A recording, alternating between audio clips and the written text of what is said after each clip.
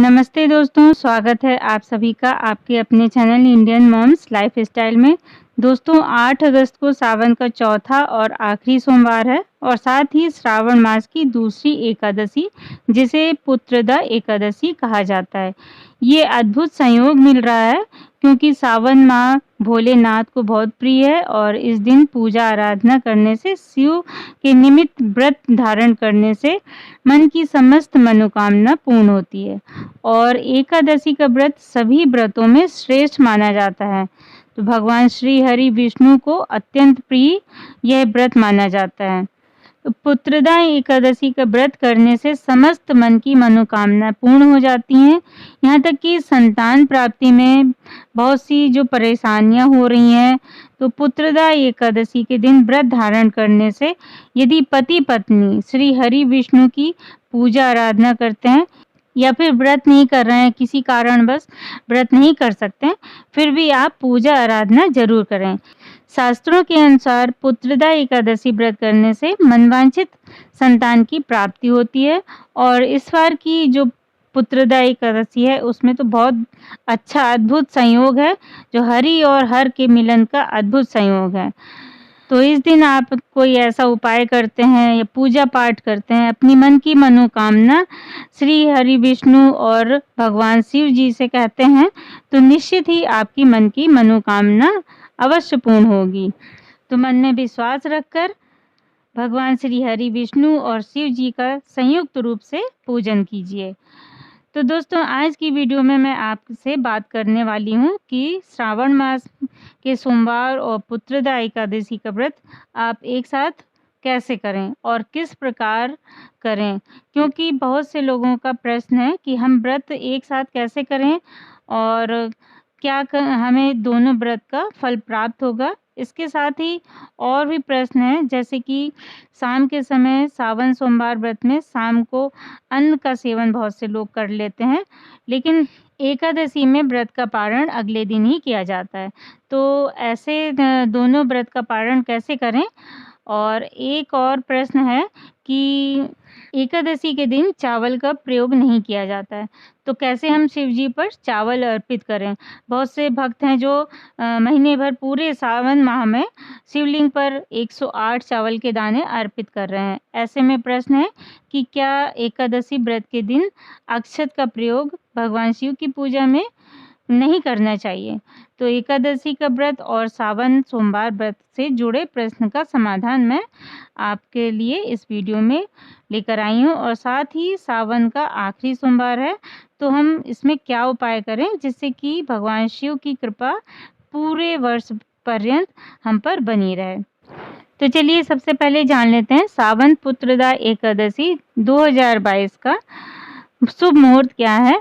तो सावन शुक्ल पक्ष एकादशी तिथि आरंभ होगी 7 अगस्त 2022 रात 11:50 से और सावन शुक्ल पक्ष मास की पुत्रदा एकादशी तिथि समाप्त होगी 8 अगस्त 2022 रात 9 बजे तक और पुत्रदा एकादशी व्रत का पारण हमें 9 अगस्त 2022 सुबह 6:01 से 8:26 तक करना है।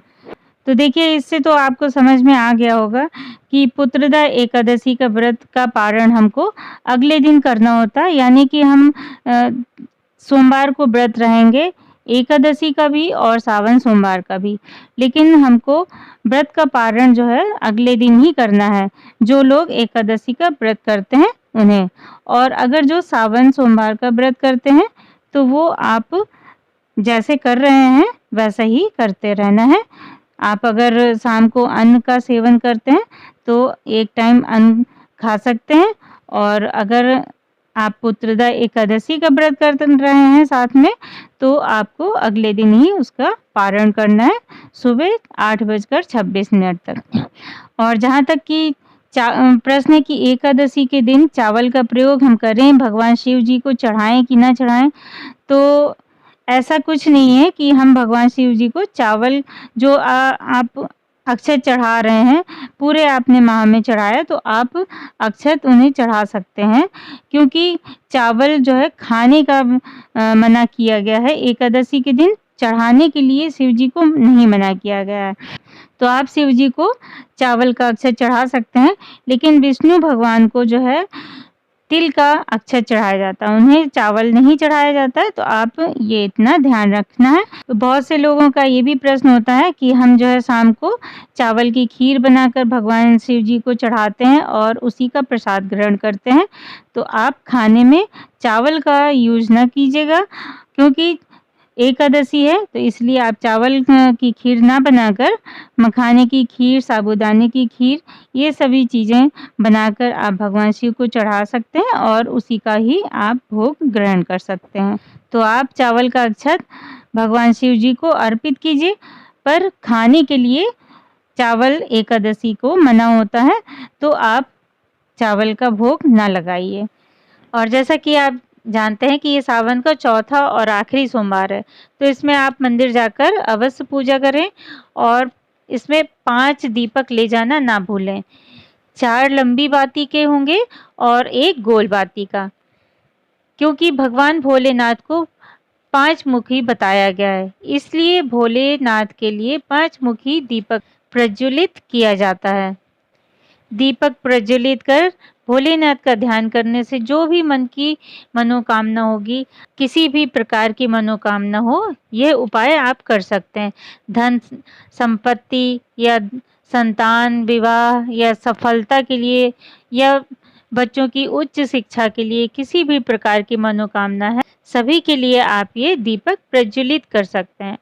और भगवान भोलेनाथ से प्रार्थना कीजिए कि जाने अनजाने में जो भी किसी भी प्रकार की या कभी भी हमसे जो या किसी भी जन्म में हमसे भूल चूक हुई है, सभी प्रकार की गलतियों को क्षमा करें और साथ ही मन की मनोकामना को पूर्ण करें। और फिर उसके बाद भगवान भोलेनाथ की कपूर से आरती करें और मंदिर में जो शिवलिंग पे बिल्वपत्र, पुष्प जो चढ़ाया जाता है, जो लोग चढ़ाते हैं या आप चढ़ाए हैं, उनमें से आप एक-एक बिल्वपत्र और 1 पुष्प घर लेके आएँ और जो जलधारी से गिरता हुआ जल अपने पात्र में अवश्य लेके आएँ। वो चाहे आपने चढ़ाया है या फिर किसी और का भी चढ़ाया है, ये पुष्प या बेल या फिर जल कुछ भी किसी का भी चढ़ाया हुआ है, वो आप अपने पात्र में लेकर आएँ और इससे आप अपने घर के सभी कोनों में छिड़काव कर दें और घर के लोगों पर भी इससे छिड़काव कर दें। इससे घर के कलह कलेश दूर होंगे, आर्थिक तंगी, किसी भी प्रकार की नकारात्मक ऊर्जा हो जो आपके घर में वास कर रही होगी, आपके घर में जल के छिड़काव से दूर हो जाती है। आपके घर में कोई बहुत दिनों से बीमार हो, ये सब उपाय अवश्य करें। बिल्वपत्र और पुष्प को आप अपनी तिजोरी में रख लें। आप इसे सफ़ेद वस्त्र या पीले या लाल वस्त्र में लपेट कर भी रख सकते हैं और ये बिल्वपत्र और पुष्प आप अपने घर की तिजोरी में रखें और तिजोरी में रखते समय मन में यह कामना और कल्पना करें कि माँ लक्ष्मी आपके घर में स्थायी रूप से वास कर गईं। अब आपके घर में किसी भी प्रकार से धन का अभाव नहीं रहेगा, हर प्रकार की सारी चीज़ें आपके घर में सभी सुख है। इस प्रकार से सकारात्मक सोच से किसी भी उपाय को जब हम करते हैं, तो वह उपाय बहुत ही शीघ्र और चमत्कारिक रूप से कार्य करता है। और अब आपका ये प्रश्न होगा कि सूखे पुष्प और बिल्वपत्र का क्या करना होगा? तो देखिए, कभी भी प्रदोष का व्रत है या सोमवार का व्रत है, आप कभी भी मंदिर जाते हैं, तो तब जब भी जाएंगे तो आप वहाँ से बिल्वपत्र, पुष्प आप लेके आएँ और जो हमने पहले से रखा है उसकी जगह पे इसको रख दें, लेकिन पहले से उसको ना हटाएं जो सूखा वाला है। और जो सूखा है घर में आप किसी गमले में या कहीं भी मिट्टी विसर्जित कर दें।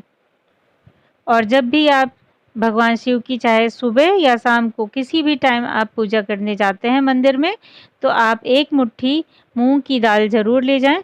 उसे आप भगवान के पास खड़े होकर दाहिनी तरफ आप अपने मन में मनोकामना बोलते हुए और 1 मुट्ठी मूंग की दाल हाथ में लेकर मनोकामना कर बोलें और फिर उसके बाद भगवान शिव के ऊपर उसको अर्पित कर दें। तो आशा है आपको ये जानकारी अच्छी लगी होगी। तो वीडियो पसंद आई हो तो लाइक और शेयर कीजिएगा और चैनल पर नए हैं तो सब्सक्राइब ज़रूर कर लीजिए, जिससे कि आने वाली अगली वीडियो की नोटिफिकेशन आप तक सबसे पहले पहुंच सके। तो फिर मिलते हैं अगली वीडियो में, तब तक के लिए राधे राधे।